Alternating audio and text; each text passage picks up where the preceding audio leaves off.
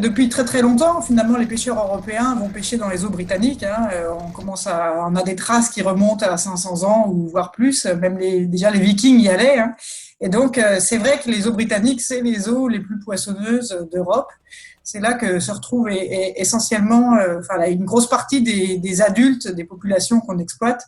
Donc pour la plupart de nos poissons un peu traditionnels, que ce soit le cabillaud, la plie ou même des langoustines, des crabes, etc. Donc il y a effectivement beaucoup de nos espèces pêchées se retrouvent en très grande quantité dans les eaux britanniques, plus que dans les eaux européennes.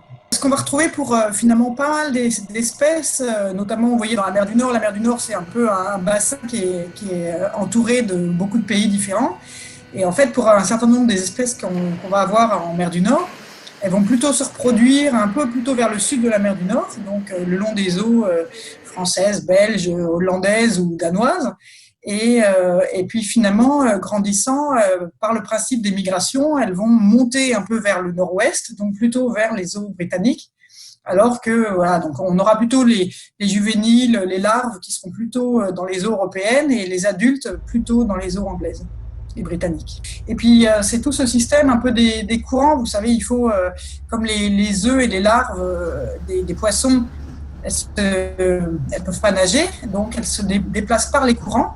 Et donc un poisson adulte, il faut qu'il remonte le courant un petit peu pour aller pêcher, pour aller pondre en amont du courant, pour qu'ensuite le courant transporte les œufs et les larves dans des eaux finalement peu profondes, pour pouvoir après se développer dans les eaux côtières où il va y avoir du plancton, etc. Donc en fait, il faut effectivement nager un peu à contre-courant pour un adulte et pondre dans des endroits où ensuite les courants vont pouvoir transporter ça. Et donc avec les courants qui tournent comme ça un petit peu le long des côtes, on va plutôt avoir donc les adultes qui vont se retrouver plutôt vers le nord-ouest, en mer du Nord par exemple, et les œufs qui vont après descendre un peu vers le sud-est. Les eaux britanniques seront plutôt pour l'instant un peu les gagnantes par rapport au reste des eaux européennes, c'est-à-dire qu'on a un certain nombre d'espèces qui traditionnellement on allait pouvoir avoir, je sais pas si je prends la plie que je connais bien, sur laquelle j'ai beaucoup travaillé avant, donc la plie de mer du Nord, c'est vrai qu'avant elle était quand même beaucoup dans les eaux hollandaises, allemandes, danoises, et puis de plus en plus on la retrouve maintenant le long de l'Angleterre, le long de l'Écosse.